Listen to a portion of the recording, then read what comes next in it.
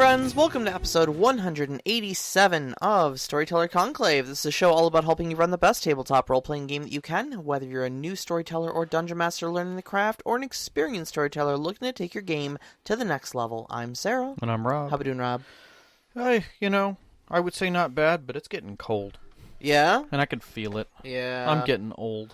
Or I am old. I don't know. It's doing that thing where it's like plus or minus 10 degrees every other day, and that's really screwing with me. Yeah. Still getting sick and stuff like that, so. Yeah. I feel it. I think everybody is just like half sick and low energy right now. We had a mouse guard game over the weekend, and that was so nice. I mean, it was very lovely to sit with our friends and stuff like that, but man, all of us were just so low energy, including the Mad Elf, who's But a it's storyteller. rare in a game that you get spoons back. Yeah. Like, usually, it's the whole, like, I have to get with friends to get... We even heard this today from one of our friends, like, oh god, there's another game coming up. That means I have to allocate spoons to be able to spend time with people and block out a 6-hour block in my mind that I'm going to be peopling. Like, it becomes a stress. And this isn't that. Our mouse guard game is, like, almost the opposite of that. It's almost therapy, yeah. Yeah, but not like even therapy. Mm-hmm. It's not. It's like I haven't done one of them, but I think it might be like one of those isolation baths. Yeah, where you're just laying there. And life passes around you. Well, I don't mean therapy in like the cleaning the skeletons out of your closet way. I mean therapy in the from the standpoint of it's therapeutic. You feel better after it. It's healing in nature. Yes, there we go. And no, it was just very nice, very chill, and I like that our games of Mouse Guard can be low energy, So I mean, like, cause, man, at least for me, I always go so hard with my own game. Well, I mean, I had mine this weekend, so we had a double feature this weekend. Yeah, and like mine, I'm trying to not rush you guys to the end, but let you guys get through the content at the speed that which you need to and want to. And I'm trying not to put more out there. Mm-hmm. I'm really trying not, but I'm also trying not to make the story seem cheap. And it's hard. That's a hard thing, especially this far in. You guys are expecting things to be there, and I'm like, I can't just pull them away from and be like, yeah, that's not a thing anymore. I thought it was so cute when, like, 6 months ago, you were like, you guys are like 4 or 5 game sessions from the end anyways. I was like, oh, Rob. Oh, plur. That's what I like about you. We're always laughing. Yeah, it's true. And now I'm like, maybe I'll finish it by this summer. Yeah, maybe. Like, because I know you guys are going to go after the other orb, and that's going to be a thing before you finish the end. Yeah, I mean... So that's a whole nother adventure. I feel like you've written the story in such a way where we're almost obligated to. So I mean, yeah, it's there. It's available, and I'm not going to stop you guys from going there. Like, I'm not going to be like, you guys don't need to do that. Like, I'm going to put it out there, and it's been there. Mm-hmm. So, yeah. And then we got my game coming up this weekend. Yeah, talk about stacking the deck for you. You got a busy week worth of terrain and minis. Oh my god, yeah, I got the minis painted. Luckily, congrats. And I think they turned out phenomenal. However, I'm freaking out because like I've got the adventure more or less written. Like I've got enough structure there that I can wing it, but I don't have it like.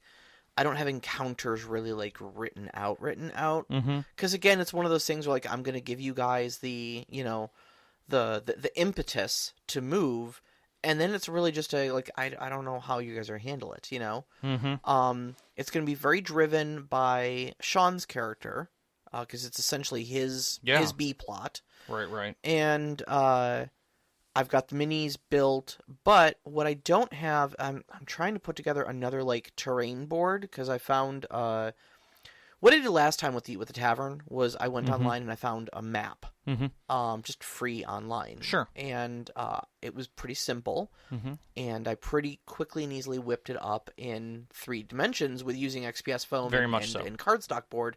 And then 3D printed like a bunch of like little tavern, a shelf and a bar top and some tables and whatnot. Yeah. This is a little more complex because there's actually some verticality to the terrain. And then the building itself has like 5 or 6 different rooms. Mm-hmm. Technically, it's got 2 stories because there's some catwalks over one of the areas, and there's also a basement area. And I'm not building the basement area. I just straight up don't have time for that. Don't do that to yourself. But I kind of was like, oh yeah, I'm gonna just do this, and I thought back to how quickly I got the tavern board to come together, and so I thought to myself, oh, I easily whip this up, and it's just like not coming together that quick. Yeah. And so, game is on Sunday. I have all Saturday technically to work on it, and then if I do any more tonight, Thursday and Friday. Mm-hmm. I might need to make a trip out to the craft store to get some air dry clay. Mm-hmm. I don't know. There's some things it might or might not come together. But Okay. I will do my absolute best. But I'm stressing out about that right now. I'm sure it will. Regardless of what, you don't need the things you're doing. Oh, I know, and that's it's always in the back of my mind is the only person imposing these deadlines and quality checks on you is you. Yep. You know that, right? But at the same time, it's my game, and I understanding it's my own standards, but I like them. I like to present that type of product. That's how that's how I roll. So Knox asks, did you ever imagine that one day you'd be such a mini architect? I kind of did. Okay. I kind of did. I've always kind of done this stuff. Sure. The problem was I didn't always have the budget or the know-how. That's fair. And honestly, the tool sets and everything have come into the right place. Yeah. Yeah, I mean, and here's the thing: it's funny that Knox is asking me this because Knox knew me in high school. And so Knox knows what a huge BattleTech geek I was back in high school. I didn't play D&D. I played BattleTech, and so that is being that is a miniatures based game. The dream of having full 3-dimensional terrain, all painted up and looking pretty like a model train set, but with mechs instead, has always been a dream of mine.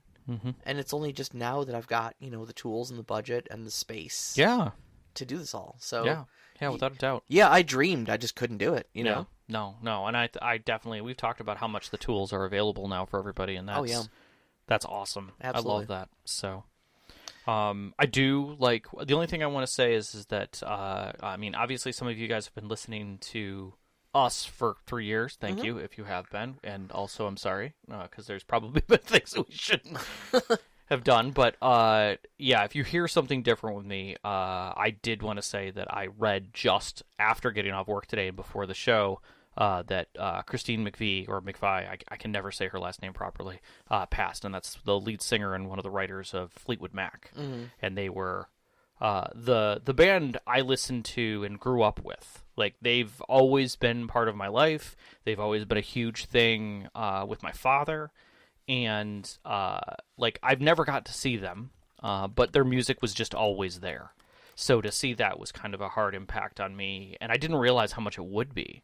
But music is an odd connection in my life, because I use it for so much inspiration. I use it for so much, emotional movement when I'm trying to think about something. So to have one of the artists who's inspired me, who's moved me pass is, it's hard. Yeah. So. Well, sorry, dude. I know it was kind of a downer for the day. No, it's all right. We've got stuff to talk about, and believe me, within 5 minutes of this discussion, I'll be rolling in it. So yeah, right on. But you grabbed this topic about I think halfway into our brainstorming for this season. You were like, "Hey." Yeah, it's a topic that's come up a little bit in online discussion here and there, and I think I like. I wanted to discuss it because I enjoy kind of the meta narrative of RPGs in general and where they sit culturally and anthropologically in our society and such like that. So, I know our intro says this is a show about making you a better storyteller, but today's not going to make anybody a better storyteller. It's just going to mostly be talking about how D&D fits culturally. I don't know if it doesn't, because one of the things is that we do have a lot of early, I would say young storytellers. And I say young, maybe not by age, but by experience, where you've just come into it. I mean, even the most recent interviewee that we had didn't know anything about role-playing or have a connection to it until very recently in his right. He did gaming in a whole bunch of other ways, but it was never attached to him. And we have people that I have people that I know who grew up in very rural areas who had zero connection to it, and it wasn't until their late 30s that they even started playing. They were like, "There's a thing." Yeah. So because of that, the idea of D&D as a brand feels odd. I mean, these were people who did know about things like Apple, who understand what Addis is or Nike, because those are ubiquitous brands that have branched all the way from, high power consumers all the way to, backyards in rural Kentucky or Iowa. Sure. But D&D? Yeah, well, Dungeons and Dragons is a lifestyle brand now, I think. At least that's the hypothesis I'm working off of, and that's what our discussion is about tonight. So I want to start the discussion with a quote that I saw. I couldn't find attribution for this particular tweet. I'm sure a lot of people have come to say it. So I'm sure it's got a lot of different attribution. But the quote is, "The sooner you realize Apple is a fashion company and not a technology company, everything becomes much clearer." I agree with that statement, and it does. It really does. And that was a very eye-opening thing for me, realizing that, they not only are we talking about a company that brands things like, watches and phones, earbuds and whatnot, as well as their computers, but from the greater standpoint of you want to be seen, quote-unquote, wearing their brand. It becomes kind of an identity. And that's what we're talking about with a lifestyle brand. A lifestyle brand is a brand that attempts to embody the values, aspirations, interests, attitudes, or opinions of a group or culture for marketing purposes. That is from Wikipedia. Yeah. And so you think about what a lifestyle brand is, and using Apple as this example, sure. You've got someone who have you ever talked to an Apple user? One too many times. Yeah. And now I am going to throw a little shade, and I say this because I grew up in an Apple family, and I was once one of these Apple users. So any shade I'm throwing here, I am throwing directly back at my past self, essentially, of just, wanting to be seen as an Apple user. Like, you don't see PC users being like, "Oh, I'm a Windows user," Right. They're just PC users. Like, they just have a computer. They just do computer stuff. But Apple users are like, "Oh, it's an Apple, since you didn't ask," Yeah. And that's kind of where your lifestyle brand, like, that's the effect you're looking for when you have a lifestyle brand. You have people who identify as users of the product. Well, in it's ever since its inception in its marketing has always been about the breakaway, about the individual, that this makes you an individual, versus part of the masses, right? Like, if you look across a bunch of people who are sitting at, and I'm going to be bad, like a library, right? And they've all got their laptops out and things like that. You could scan and easily see that's a Mac, all of those are Apple products. Sure. Because they are notably different and logoed to be identifiable. Yeah, they want to stand out because they're a fashion brand. You Correct. want people to look at it and go, "Oh, that's an Apple user." Right. I mean, from the first iPod or iPods that were, for music had an identifiable look, and it was about identifying the person wearing the thing, right? Everybody was always silhouetted. It didn't matter who you were. You were an Apple iPod user. Yeah. Yeah. And I distinctly remember those commercials. I remember the feel of it. Nike did the same thing. In the way that everyone could have Nike, although that was very much untrue. Yeah. Because it was very much an elite shoe for a very, very long time. Yeah. And if you wanted real Nikes, like Air Jordans, you were really getting it, and then... You were shelling out like $150 for... And that was like in the 1980s, so like pre lots of inflation when gas was less than $1, Yeah. And it makes for an image of who you are. Well, not only does it make for an image, but it also kind of sets up like an almost an us and them sort of mentality. Yes, you know, it puts you into a culture. You are now part of it. Yeah, it puts you into this exclusive club of like Apple users. Like all the others out there, they're just plebes. But now you've got a pair of Nikes. Now you've got the Apple, and you get to kind of show that off. You actually see this a lot in sports culture as well. Mm-hmm. Sports culture is very good at doing this kind of like, no, mind you, I mean, sports culture is oftentimes built around teams because that is the nature of sports. We'll get back to that in its counterpoint, but yeah. Sure. But like you see a lot of this sort of things where it's like, I identify as a Buffalo Bills fan, where you've got your jerseys, your face paint, your banners, collectible cards, equipment with autographs, commemorative photos, and stuff like that. And you want to be seen as, you want to present yourself and be seen in your peer group as the biggest fan. Right. You want, you've got your season tickets. You hoot and holler the loudest. Yeah. You can't just casually watch. You have to feel involved. You have to feel like you're part of the team. People are coming over to the house to watch the game. I've got to have my jersey on. I've got to have my pennants up. I've got to have my home team bowl of whatever. Sure. I have to have a nice spread and my giant TV, right? I need to have my flag planted out front, right, so that they know which house to come to because this is the house of the X team, and it is that culture. Even when people move states, they will keep, like Steeler fans 12 states away are still Steeler fans. There's a reason I said Buffalo Bills as my example, because that's where I was born. Yeah, exactly. I mean, I don't even watch football, and I carried that with me, We live in Detroit. Who do you? Buffalo Bills. No. Right, what I'm saying. We live in Detroit. You don't root for the Lions, right? We don't have a football team. I mean, we do. We have a pick team. That's what they're for. Yeah. But we won't get into that because neither of us are sports fans. So, but that's the whole thing is that I look at things like this, and I think Apple and the NFL as a whole are good comparative analysis against what's happened with D&D and where it sits, because it is very close to that thing. Like, I grew up in a PC household. Yeah. I grew up with XTs and stuff, but I mean, literally, the funniest part about that is my first computer that was in my house was an Orange. Oh. It was literally called an Orange, and it was an XT. Are you trying to say that we're going to be comparing apples to oranges? Exactly. That was the whole point of it. Yeah. It was hilarious.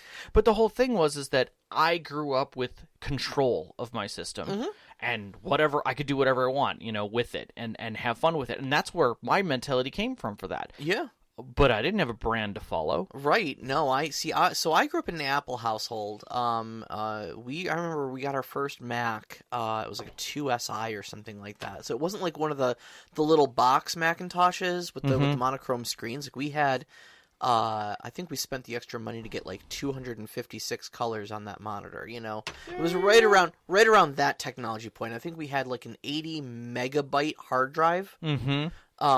And I think it was I think we sprung the extra money for like the 4 megabytes, not gigabytes, megabytes of RAM. I'm trying to think of the time period. That seems about right. Yeah. That seems about right. So I want to say that was like 89 or somewhere around there.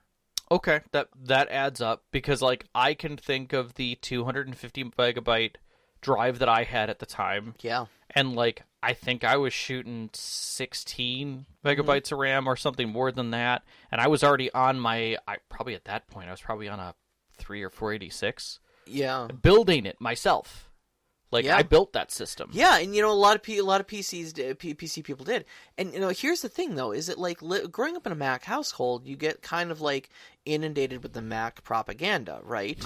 So like nowadays, I know well enough that like building your own PC gives you a measure of control over the components and their interactions and stuff like that, the actual specs, and then also piecemealing it and doing all the labor and assembly yourself also cuts down on cost. Yeah, you can do a phenomenal computer for $1,000. Yes, and just that'll take you a lot of places and do a lot of things for you. We honestly couldn't have had that part of the conversation a year ago, but well, yeah, with the graphics cards being what they were, but back in the days, because I was like kind of inundated with all the Apple kind of propaganda, feeling that I was superior for being an Apple user. Oh, you have to build your own? Mine come pre-assembled. It's already done for me. Right. You know? And here's... Okay, so we then stepped into the brand wars of that with, like, Gateway and Dell and all these people making copies of what... Sure, but they were building PCs. Mine was a Mac. But they were mimicking what Apple was trying to do with its brand trends, and it just didn't work. Because, again, Apple knew at that point in its history, when it started making its brand in that direction, that it was not building systems, it was building an image of marketing. An image, yeah. D&D didn't do that. Like, this is where we see a little bit of a change, and I kind of want to step it in here a little bit because I think it's important. Mm-hmm. D&D had a lot of the same upbringing. You know, you have this image of Steve Jobs and Wozniak building these systems, right, early on, and this fledgling thing that no one's ever done, but really, it was a mimic of what was happening in technology at that time. I mean, NASA was doing its things, computers were starting to become thing, and you had these two guys who were basically like, yeah, we could do this. We could start doing these things, right? And Gary did the same thing. Gary Gygax stepped in and said, hey, I've been playing this way. I've been using this system this way. I'm going to do something different for my liking. And push forth this idea that we could do it differently. Mm-hmm. And then he just started writing, and we developed that first initial Dungeons and Dragons that came out. Too much fanfare, even at that time, within the culture. You know? Yeah, ish. I mean, the thing was, though, is that I don't think, like, D&D didn't start off as a lifestyle brand. Like, and that's what I'm saying. The switch point wasn't with Steve Jobs. They didn't immediately turn it into a lifestyle brand. It didn't start as that. When the company formed, it did. And I think that's the key point difference there. Yeah. When Dungeons and Dragons started out, it was just trying to do gaming. Mm-hmm. That's all it was doing. Like, let's make the best fantasy-looking thing that we can so it's cool. Following more along the lines of how books were being published, because that's what model they had to follow. Yeah, absolutely. You know, they had to follow all of this design of these epic story books with this amazing artwork. Well, not only that, but also all the other, like, you know, play-by-post games that were... that were out there. Strategy games that they were trying to, you know, model themselves off of, you know... Yeah. And instead of it being something that was adopted and grabbed onto and then, you know, allowed to turn into a marketing war, we had something turn at just the wrong point. And that is that we had, unlike Apple, who immediately went into schools and started, like, owning things with their marketing, they didn't have a marketing person against them that was in society. There was nobody saying that Apple will make your kids turn into demons and worship the devil. We had the satanic panic. Yeah. For those who are unaware and may have heard the terms, early in the, I'd say late 70s, or through the early 80s, very early 80s, we had what was known as a satanic panic. And that was this false belief that was propagated by a lot of different things. That all culminated with this concept that D&D was satanic, would cause people to cause your children to start worshiping the devil, and that these spells they were physically casting, and it was very witchcrafty, and all of it was basically just to bring about the end of the world in a different light. A movie with Tom Hanks kind of pointed at the psychological problems that could come out of playing D&D. Mazes and Mysteries or something like that? Yeah. And there were actually a number of documentaries that also were produced as like almost PSAs about people losing themselves into D&D, which were completely and ridiculously out, you know, of documentary footage that was pulled out of context. Yeah. Yeah. And people just, the problem was that the people who were playing it kind of laughed it off and said that's not what it is and moved on with their lives, whereas the rest of society took that and said, I don't want anything to do with this. Right. And it turned it into a subversive subculture, no different than like goth or the whole like dark dance movement. Overwatch in the live chat says D&D was like obscure metal music. Huge amounts of small groups of people knew about it. Other groups vocally against it, and thought it was terrible. The general populace knew about it, but never really experienced it. And now, decades later, it's, quote, cool. Yeah, without a doubt. And that's kind of what I want to roll into here. We'll get back to kind of like the impact of the Satanic Panic in a little bit. So you've got the rise of popularity here. You've got this generation of kids who didn't live through the Satanic Panic, you know, and that's the important part, is that the Satanic Panic was something in the past that kind of suppressed D&D's popularity. Yes. The major impact of the Satanic Panic was people who played D&D didn't do it openly. And it's not that we had anything to be ashamed of. We weren't doing anything wrong. But you just didn't want, religious fundies breathing down your neck about, how we're all worshiping Satan. It also didn't play well to do so. Like, you always did it in a room with a couple of friends.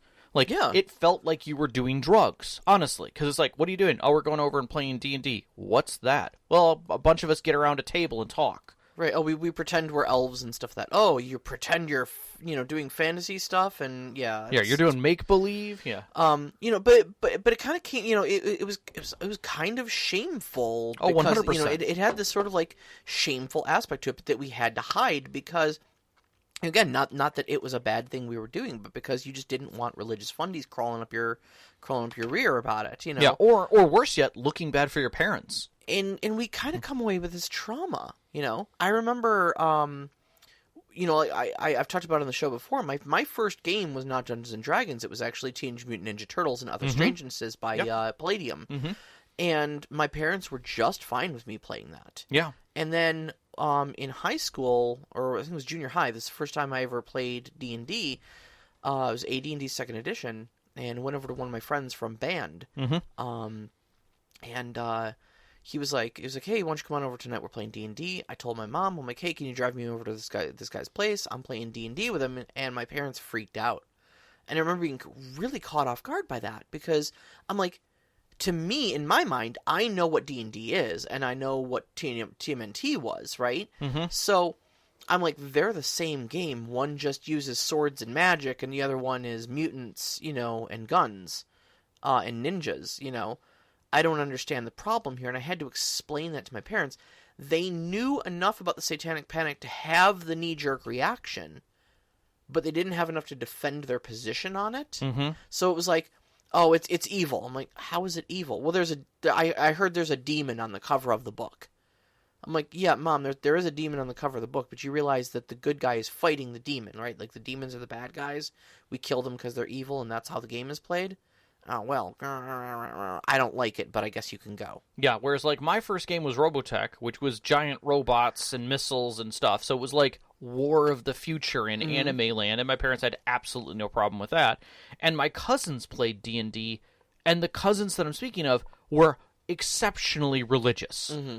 Like, they know all of the saints and pray to them individually for different things, like superiorly so. And so having them be the ones who are interested in it was always interesting, like, juxtaposition for everything. Yeah, yeah. I mean, and another point to this, much like this set, is that was Noxmade, which is the same thing we're going to talk about a little bit here, is that it was stereotyped in the 80s to make fun of nerds who played it. Yeah. It was in movies, culture, TV show. Yeah.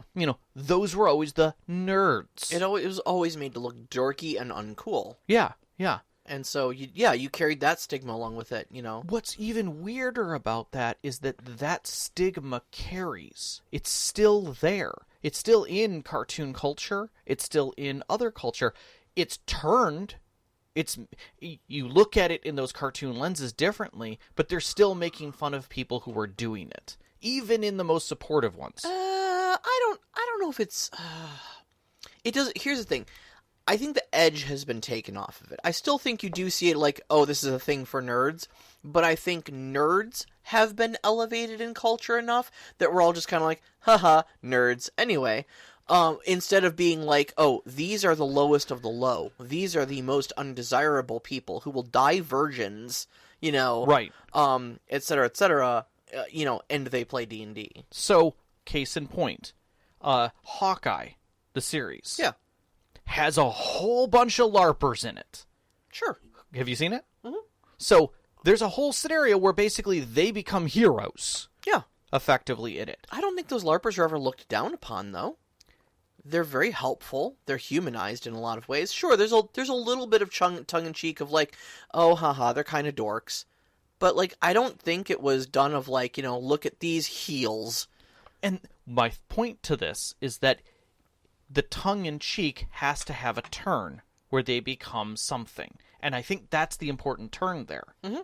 And society is enforcing that, right? It's pushing that envelope. We have celebrities who play D&D, right?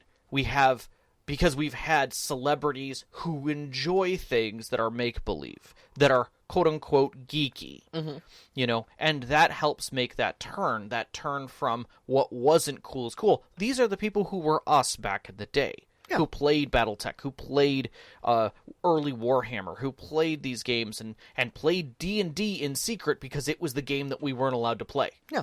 Everything else was just a board game of a different flavor, right? So now all these, Henry Cavill comes out that he likes it. Geek and Sundry, all people come out. They loved it, Will Wheaton loves it, then it must be cool kind of a thing, right? Because we were all Wesley one day in our life getting yelled at. And in that, now we have a whole different culture, this youth culture that's coming up, who are literally running D&D clubs in school, which is something I would have thought was amazing in my school at my time. Mm-hmm. Or even, like, my sister and I hearing about it even at the library. Mm-hmm. But that never happened. We had to build everything ourselves if we wanted to do those types of things. Yeah. And keep it aside. But now, like, it's there. That culture is there. You even made a note about a kid being asked about Fortnite. Yeah, like, you've got these D&D clubs that have, like, triple-digit, memberships in there, where the math teacher runs the game, on occasion, and I heard this story about, someone who was, like, trying to relate to a young kid, like, I would say, like, 12, Right. And they said something about Fortnite, and the kid scoffed at the adult and was like, ugh, stupid boomer, we don't play we don't play Fortnite anymore. Nobody plays Fortnite. And she's like, all right, well, what are the kids doing nowadays? And unknowingly, the kid looks up at the adult and goes, have you ever heard of Dungeons and Dragons? And of course, the joke being the adult was just like, I am so proud that it's come around full circle that Dungeons and Dragons is the cool thing kids are doing. Yeah. But the Dungeons and Dragons is the cool thing kids are doing. Yeah. And you've got this whole generation of people. Okay, we've reached the point where, okay, you and I grew up at the tail end of the Satanic Panic. Yes. Okay. We have a generation of people who are now old enough that they have kids that have not even heard of the Satanic Panic, right? Mm-hmm. Yeah. That generational trauma of D&D being a shameful thing has been erased now. Yes. Okay. And so you've got a whole generation of kids now that are free to enjoy Dungeons and Dragons unironically to its fullest with no judgment. Yeah. I mean, I'm sure there's still judgment in the deepest, darkest places of, Well, I mean, there's judgment over religious anything. fanaticism. But yeah, I saw a preacher today talking about how he wanted to break a kid's fingers for wearing nail polish. So they're going to freak out about anything, really. Well, and not only that, I mean, just in straight up school culture, there's all kinds of pressure that creates the things that it creates. Sure. So you're always going to have whoever is the lowest minority group, or meekest are going to get kicked around because it's an easy target. Yeah. So, but it's good that it's less of a target, and also that this is creating more social groups. Absolutely. That spread between people. It just like I think there's like I said, there's the combined rise of nerd culture and the erasure of the stigma of D&D, both kind of combined. Where like you just don't see kids getting their books dumped and shoved into lockers anymore. For at least not for that reason. For being a D&D geek. Yeah. They probably do for still playing Fortnite, but and that kind of brings us to our next point here, where it's like D&D has kind of become a household name for all tabletop RPGs, at least here in America. Yeah, like Xerox was. Wait, I'm old. Or Xerox, Kleenex, yeah, Band-Aid. Yeah. You realize Band-Aid is a brand name, right? Right? Yeah. It's technically an adhesive bandage. Yeah. But you don't say, I got a paper cut, get me an adhesive bandage. Mm-hmm. You say, grab me a Band-Aid. Yeah. You know? Mm-hmm. And it's just like that. You've said before, like, we're going to do some group storytelling. Like, what does that mean? Yeah. Well, we're playing D&D. Oh, yeah, okay. Yeah. Even like with Savage Worlds, as big of a name in the RPG sphere as Savage Worlds is, I can't talk to a common person and be like, oh yeah, it's my Savage Worlds game this weekend. Like, what's that? It's D&D. Oh, okay, yeah. It's a different kind of D&D. It's a different kind of D&D, right? It's off-brand D&D, No, that's the funny part about that. I hate describing it like that because I know Savage Worlds is such a great game and stands on its own merits, but, when you're trying to make that interpersonal connection, when you're trying to talk to another person and convey an idea, you can't just be like, okay, well, here, let me give you a 45-minute dissertation on how, tabletop RPGs and how they're broad and diverse. You have to find the cultural colloquialism, which is D&D. You just say, it's D&D, and you move on, And that isn't just a U.S. thing, it is a world thing. Yeah. Which is great and terrifying in the same regard because everything is uniformity behind it about what it is and the image that it makes and what it infers. So in that, and we talked about Apple and NFL and how they're kind of different in how they handle things. After the Satanic Panic, after all that, when D&D and we'll start with Wizards of the Coast. Yeah, really starting with Wizards of the Coast because I don't think TSR marketed it quite as broadly as Wizards of the Coast. God, no. TSR made production of the system easier, without a doubt. Like whether or not it physically was or wasn't, I believe in irrelevancy, and we could literally fight that with somebody who's done publishing and understands what's happened there. But they made it accessible. Wizards of the Coast made it a brand. They made stores out of it. They huge models out of it. Made a movie. Oh yeah, Lakeside Mall had a Wizards of the Coast store. Yeah, my 12 Oaks Mall had one. I was there like second day after opening because I so wanted to see what was in there. Yep. And it was cool. It was like a Disney store. It was really vibrant. There was a space. It was different, right? And in that sense, they sold what was D&D as an image. Oh yeah. And that they sold it, I will straight up, like Disney. Like, it's a thing. It's a place you go to. Yeah. And that isn't necessarily Apple. That's kind of closer to the NFL. A little bit, yeah. Because, again, you have these subcultures that are the ones that are actually playing, and they all do it a little differently. Right. So it's going to be a little complicated, but we'll walk you through the shape of D&D as a lifestyle brand here. So D&D is a mix of Apple and NFL. They are the AppFL. Yeah, they are a fashion brand and a show fandom, all at the same time. So, start with the rise in social media, okay? We've got broad mass market ability to broadcast to basically anybody with an internet connection at any time. And to go and watch those videos at any time you want, unlike television, which you have to be there when the thing is broadcast. So it gives rise to the popularity and accessibility to actual plays. Most probably well-known of these is Critical Role, but obviously a lot of other actual plays that are very popular have sprouted up. We've talked about those before. Adventure Zone, Dimension 20, to name a few. And not only that, and I'm going to throw this in at this point because I think it sits in there, is that at the same time we had other colloquialisms that were outside of the actual plays happening. We had Stranger Things. Yep, Stranger Things also was a huge way of bringing that back around. You had references in other movie media and TV media that were getting thrown around. Not Third Rock from the Sun. Big Bang Theory. Big Bang Theory was another one where you had the main characters, these exceptionally intelligent, eccentric nerds who were cool, were playing D&D, and LARPing and doing all those things. Again, that kind of two-prong attack was happening whether or not it was something that was recognizable as a brand shift, right? That turned it into this show place that you were constantly seeing it. It was sprinkled everywhere and always made available. Yeah. But the big thing is though is that for the first time ever, you've got a fan base that can spectate the game and not be a part of it without going to a convention. And I kind of want to like give a shout out to Knox in the box here because believe it or not, he fits right directly into this demographic. Yeah. Knox generally doesn't play. I've run a game for him. Sean's run a game for him. But kind of decided he didn't really like enjoy the actual playing of the game. Again, he's in live chat. Correct me if I'm wrong here. In any way, I want to represent you accurately. But yeah, he actually turned me on to Critical Role.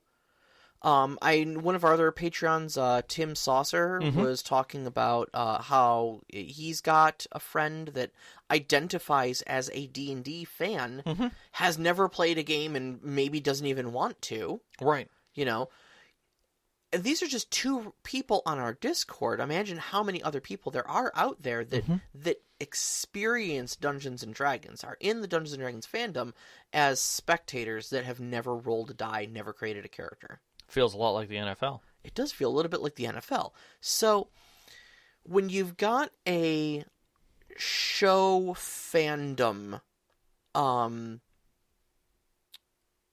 like this, you've got to signify ways that you are part of the group that don't involve buying and playing the product, right? Right. If you're not a player on the field, how do you identify yourself as a fan from the stands? Stickers on your car, T-shirts with logos. T-shirts with that cool-ass ampersand dragon That's logo. Right. And then you also target the things that they do. Like in the case of NFL, you go after drinking or you go after food. In the case of D&D, you go after dice and memes. Now suddenly you've got a pair of D20 earrings, Right. You've got 3 sets of designer dice you bought off of Etsy, and you've never played D&D before. Yeah. Yeah. And I mean these people exist. And you know what? Good for them. Yeah. Like this is in no way, meant to throw shade at them. Welcome to the fandom. We love you. And it bleeds. Unlike the NFL, where things kind of stop at a certain point, where like this is no longer really that sports fandom.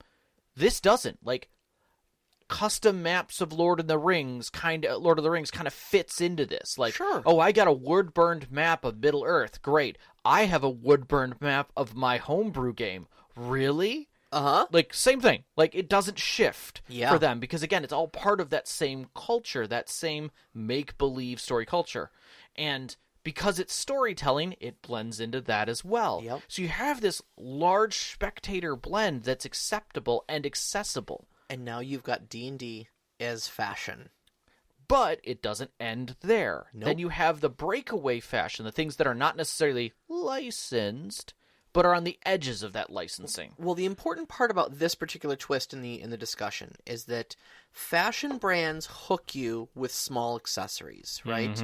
They get you wearing the sunglasses or carrying the bag or something like that, right? And it's small and innocuous, but it gets you into the brand, it gets you enjoying the brand, and identifying with the brand, so that you then start moving into things like larger garments, a shirt or a blouse or a skirt or something more expensive, a pair of expensive. shoes or a coat, or until suddenly you're bedecked from head to toe in this particular brand.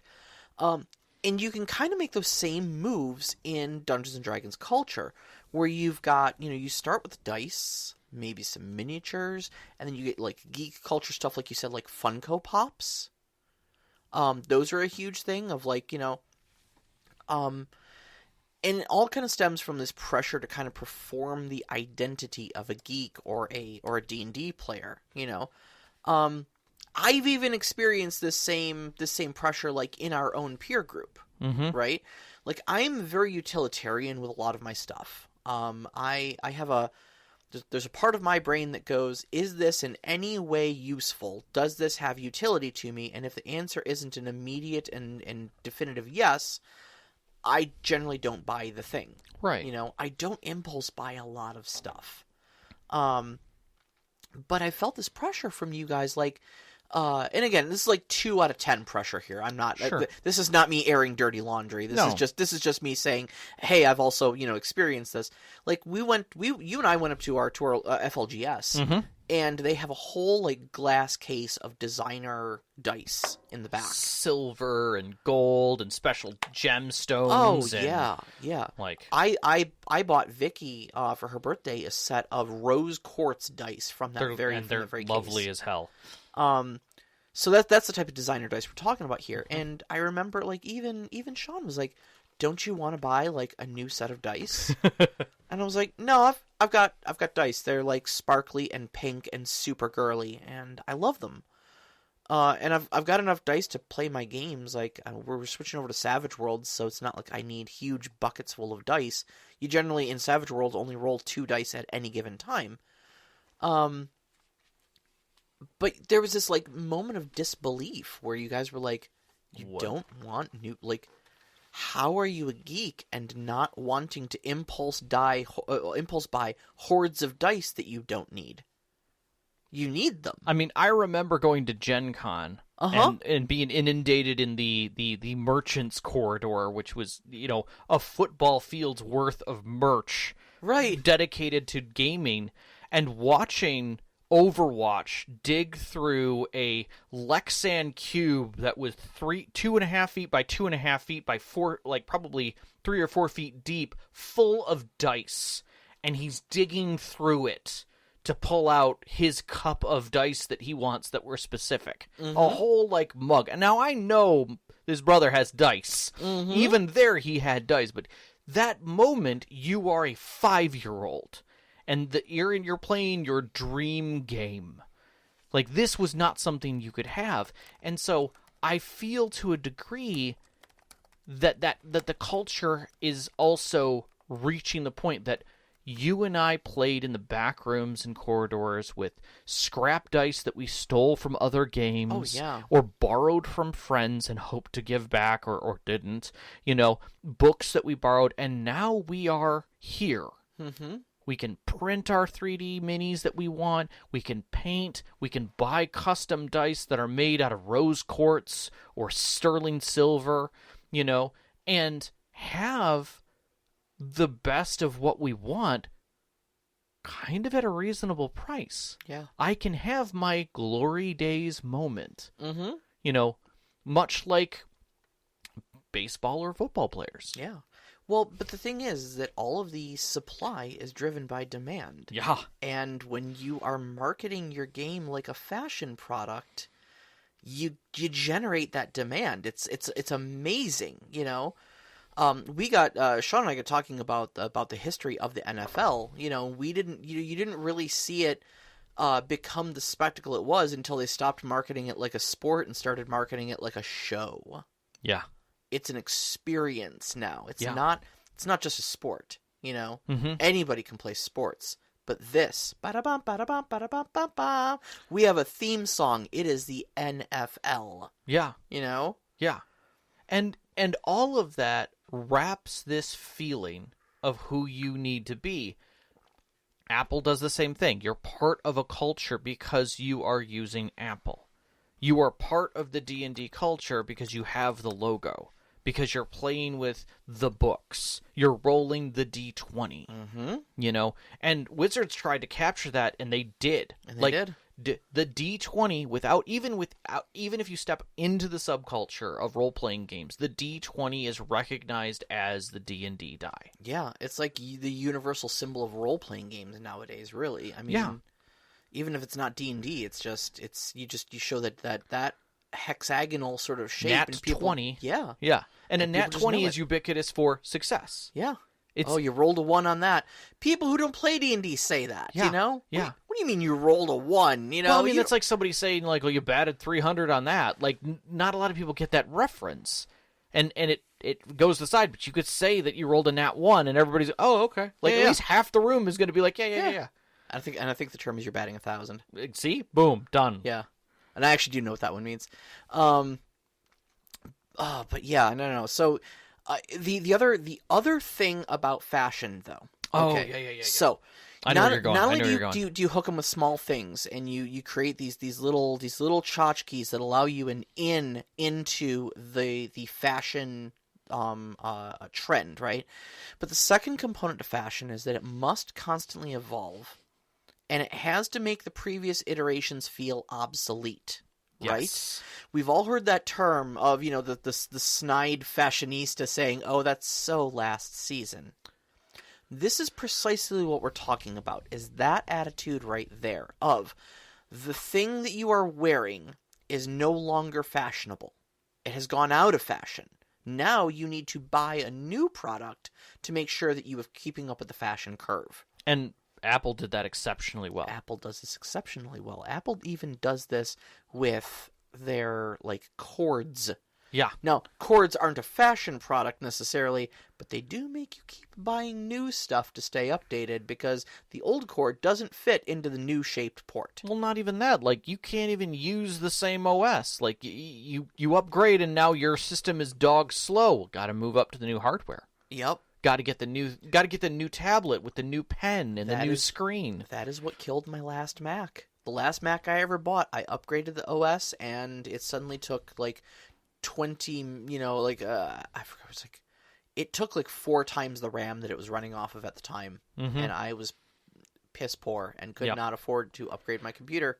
But D&D, not just versioning, not just the versions. You brought it out, and it really made sense to me when you talked about the major updates, like Tasha's, Xanthar's Guide, Volo's. Yeah. Each one of those gives you more. It gives you iterations on the core rules, right? That are seen as in the culture when they're adapted into the greater culture. They're seen then kind of as mandatory, right? You've got settings and adventures such as Ghost of Saltmarsh, Strixhaven, Ravenloft, things like that. You've got adventures that come out, Lost Mines of Phandelver, I think I always say that wrong, Waterdeep Dragon Heist, Descent into Avernus, and then you've got all the Unearthed Arcana on top of that. Yeah, which is a runway show within itself. Exactly. It's like the runway shows kind of previewing you future possible fashions we might be going in this direction. And you look at the Unearthed Arcana to kind of see where things are heading. And then when new releases come out, you go flipping through them going, the Wildfire Druid was an Unearthed Arcana for a while. I heard that it was in Tasha's. What did they do with it? Right. Is it in here? What did they change? What does the final version of this Unearthed Arcana look like, Yep, exactly. And your runway fashion becomes next season's official fashion, and the cycle repeats. Yeah.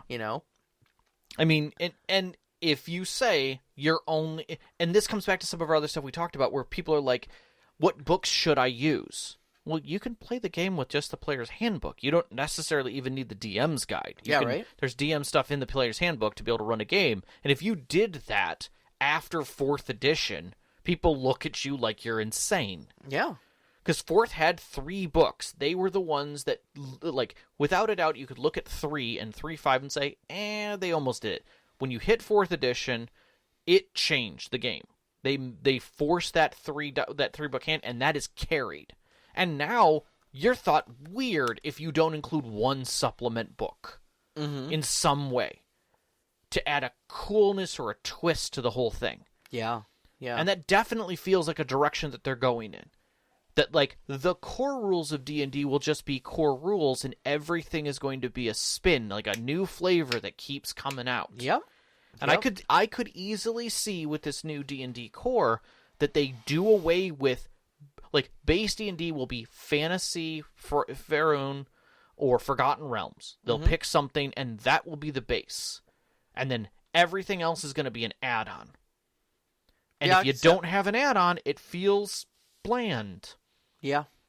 You got your core monsters to get yourself through the tutorial? Effectively? Yeah, sure, you can just wear the blouse, I guess, but don't you want the shoes and the slacks to go with it? And wouldn't this jacket look phenomenal with that? I mean, it all would, because it's all the same fashion brand. Right. You know? I mean, you can just have the Steelers t-shirt, but why aren't you wearing the jersey? Yeah. With the flag and a sticker on your car. Oh, your jersey isn't autographed? Yeah, that's the other thing. So you're poor? Yeah. Yeah. And nobody's saying it, But culturally, it's there. But culturally, there's an expectation, right? We see it in DM Academy. It's painted everywhere. There are people who go in there and they're like, "What? I'm just starting off as a storyteller. What do I need for D&D?" And you get people who just list 7 or 8 books, and it's like, no. Can I? And people, unironically, all seriousness, hat in hands, asking the community, "Is it okay to just play with the player's handbook?" Yes! All right. Knox just said something, and I'm going to pause this conversation for just a sec. I made the reference that D&D is the burger. D&D is the burger. Of things. But it's true. Knox says, build your D&D burger or your D&D taco. Right. Yeah. And I think that's the difference. Everybody is expecting a D&D burger. And if you hand them a D&D taco, they look at you funny. Because the burger is a burger. Mm-hmm. I'm playing D&D. Just give me some sides. Tell me what it's going to be. Is it going to be, what are my options that you put on the grill? Well, right. And look, you're like, technically, a burger is just a hamburger patty between 2 buns. But if you really want the good burger experience, you're going to want to add cheese, bacon, lettuce, tomato, onions, and pickles. On a sesame seed bun. On a toasted sesame seed bun. That's right. And you're going to want to garnish that with ketchup and mustard. Mayo also, but that's a controversial choice. That's a little bit of unearthed arcana of... And the default. You want fries with that? Yeah. And of course, if you're gonna play D&D burger, you gotta have D&D fries. You gotta have D&D fries. What are the fries for D&D? Oh, it's good news. We also sell those fries here on our website. Yes. Yeah. But that's a good question. What are the D&D fries? Dice. That is true. That is true. Look on D&D Beyond. They actually have sales of virtual dice. The digital dice. I've gotten enough free ones over the course of my payment. I'm gonna have to take a look this year to see if I'm gonna be keeping it for at least one more year. But it's a perfect analogy. It is a perfect analogy. It's a perfect analogy, and it makes you hungry. So that's also cool. And it comes back to, do people play the older editions? No, they don't, because they're last season. Right. But they brought Ravenloft back in the new edition. To please the historians. Yeah, and they're bringing Dragonlance back. I saw that. Saw that. And there was Spelljammer just came back. Well, the thing was I just saw that this was interesting. Spelljammer, when it hit, had both negatives and positives thrown around, and nobody at D&D were saying otherwise. Everyone has their opinions. Either way, it's advertising for them and draws people to look at it. Sure. Dragonlance, it's getting the same treatment right now. I literally just saw 3 posts today about why you should or shouldn't even look at it. Post number 1, Dragonlance is the greatest. Post number 2, Dragonlance is what destroys D&D. Yeah. You're never going to want to play this because it doesn't include the following and limits you. You'll want to play this because it changes the scope and makes your game more exciting. Yeah. Okay. Mm-hmm. But either way, D&D is winning as a brand.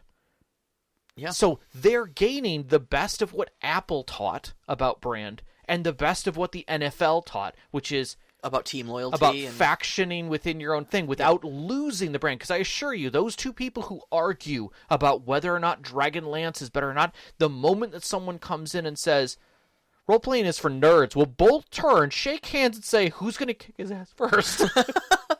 Well, I mean, not even that, but I think it's this team mentality. It's this brand loyalty that you see a lot of in when you get groups that I want to play a role playing game, but I want it to be kind of a romantic swashbuckling tale set on the high seas in the 1700s, but with magic. What do you think would be a good system for that? I've literally seen that question asked. Yeah, and of course, the obvious answer is 7th Sea. Yeah. Right? Yeah. Play 7th Sea. That is literally the description of that setting. Yeah. But you will have groups that will push back against that of I don't want to learn a new game. That sounds hard. Can you just hack D&D to make it? Yeah. Make 100 rules and changes? Yeah. Can't you just do that? That seems easier than us reading another rule book. Yeah.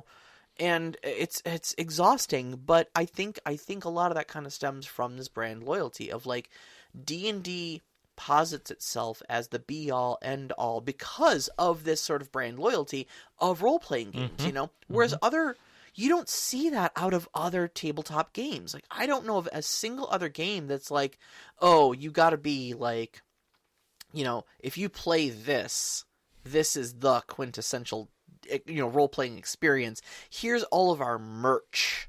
You know, most games, you put out a core book. Like, we do system spotlights all the time, right? Every single month we put out a system spotlight. How many of those system spotlights, in your estimation, were for games that had more than essentially just the core book and a handful of supplements, if even?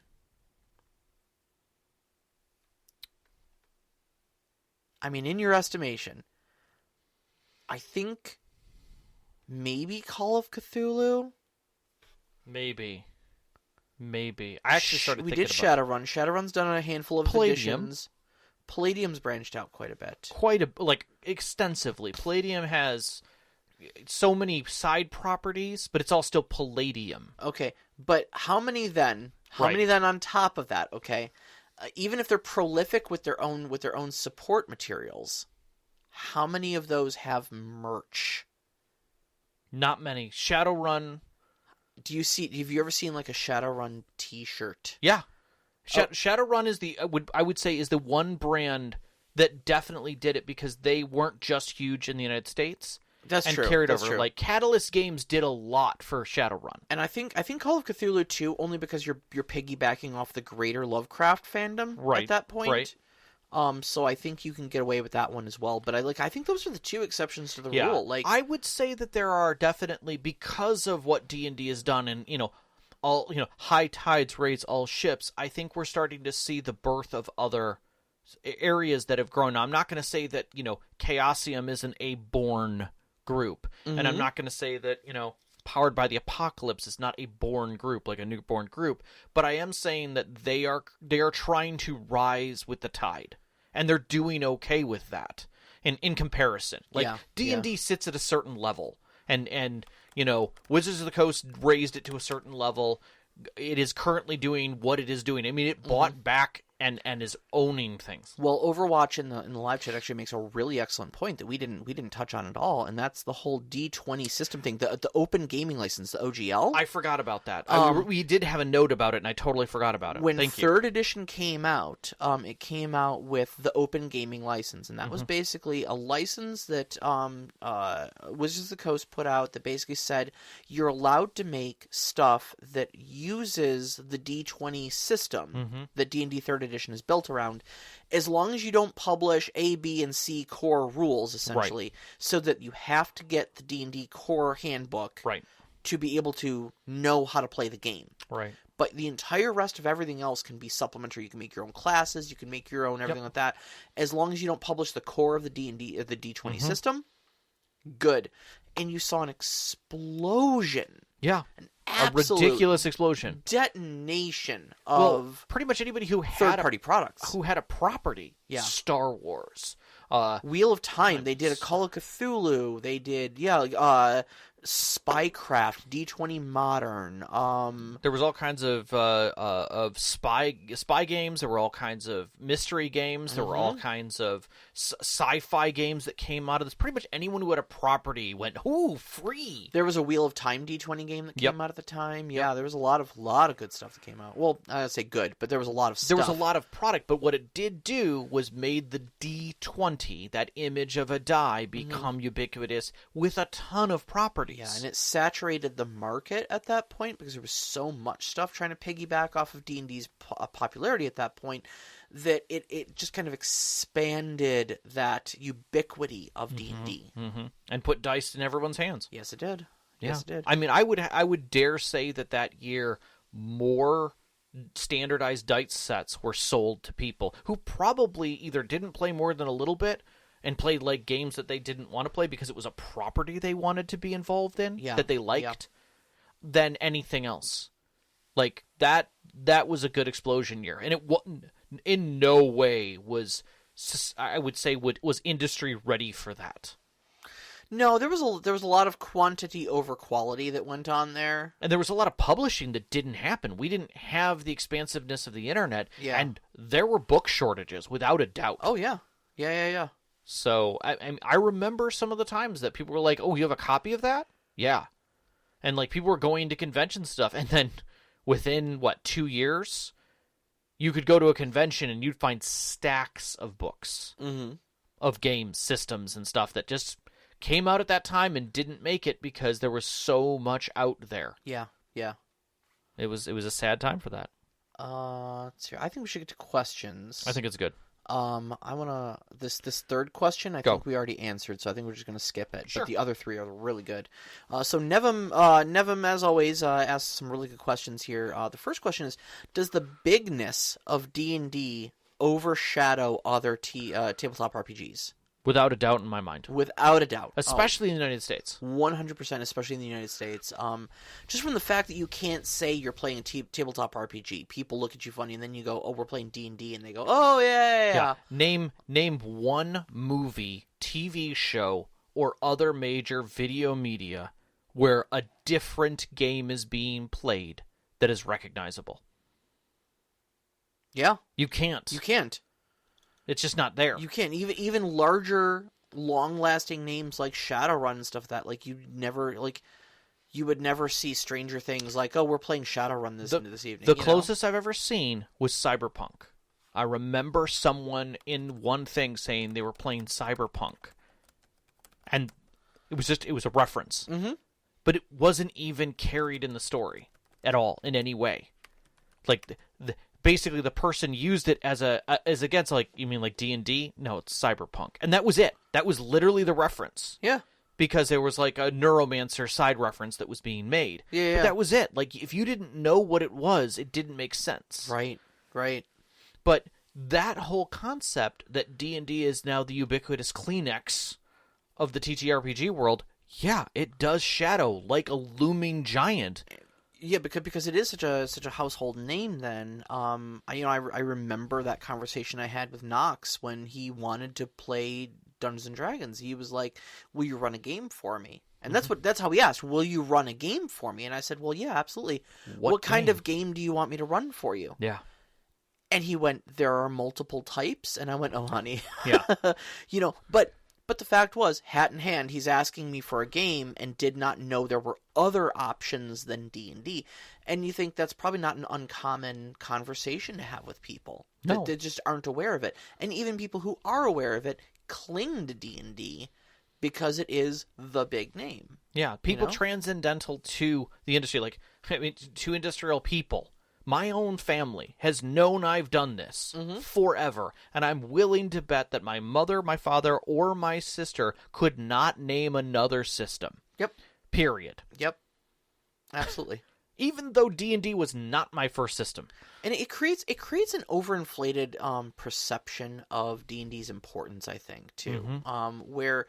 I wonder how many people who don't want to, are reluctant to make that move to another system other than D&D think that it's because D&D is the gold standard of, like, the size and support and ubiquity of a game system.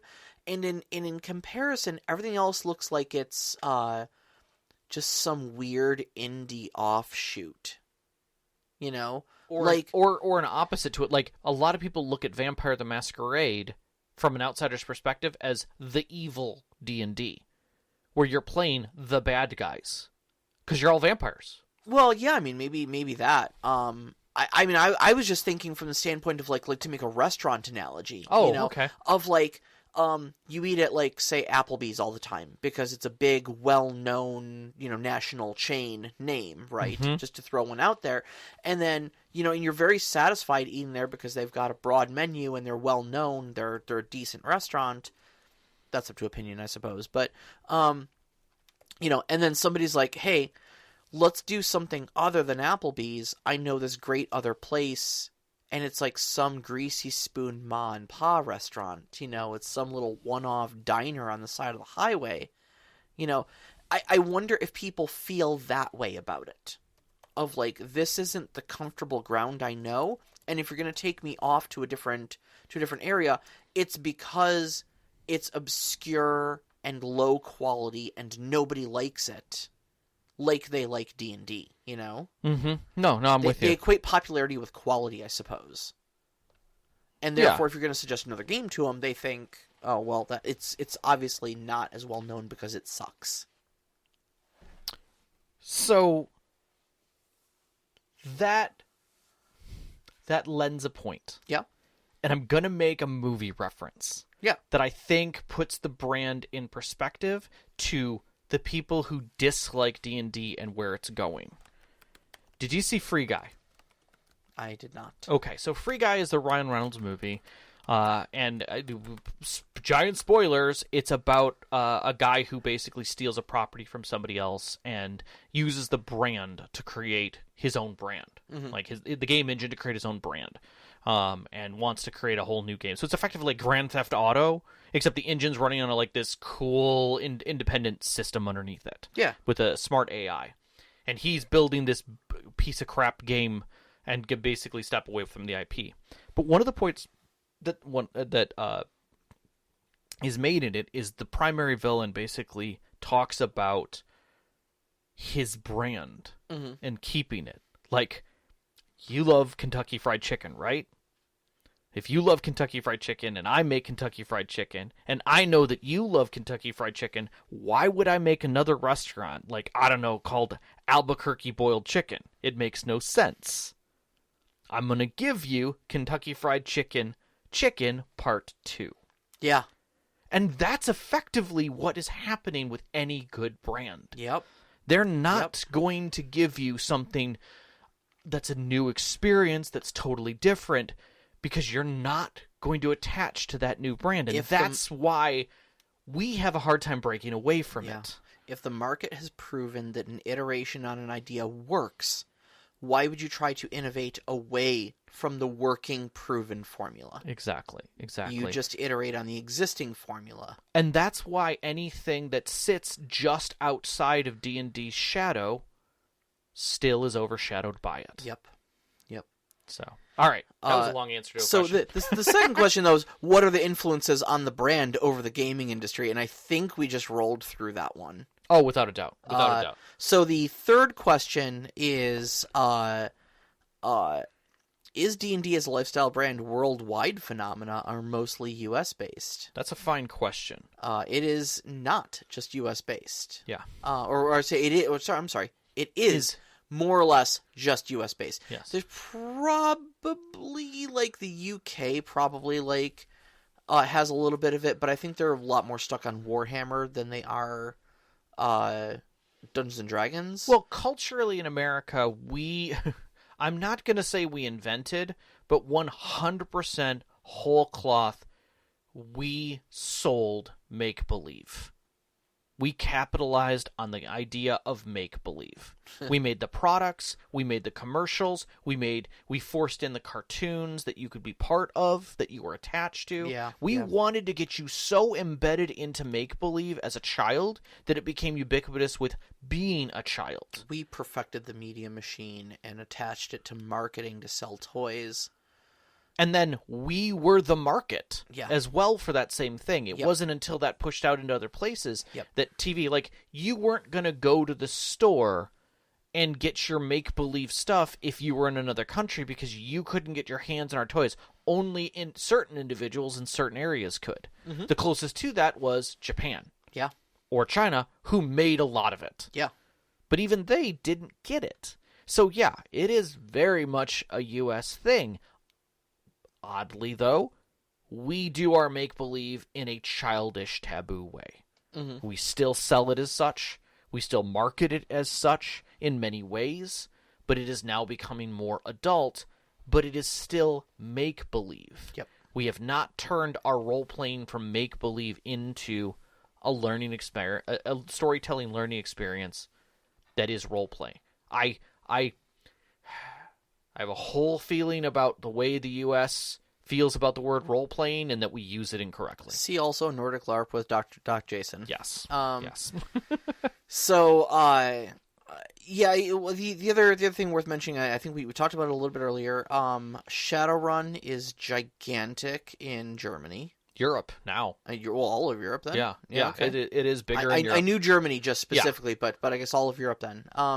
And Call of Cthulhu actually greatly outshines Dungeons and Dragons in Japan. Morkborg in Sweden. Morkborg is huge. Yes. We don't know how big it is because we don't know that group. Yeah. But it is huge in that sense. Blades in the Dark. Blades in the Dark is making, like... It's making if you go to waves. r/RPG, every single thread you will find at least one mention of Blades in the Dark. Especially if you talk about combat. You and I really need to do a spotlight on that. We should.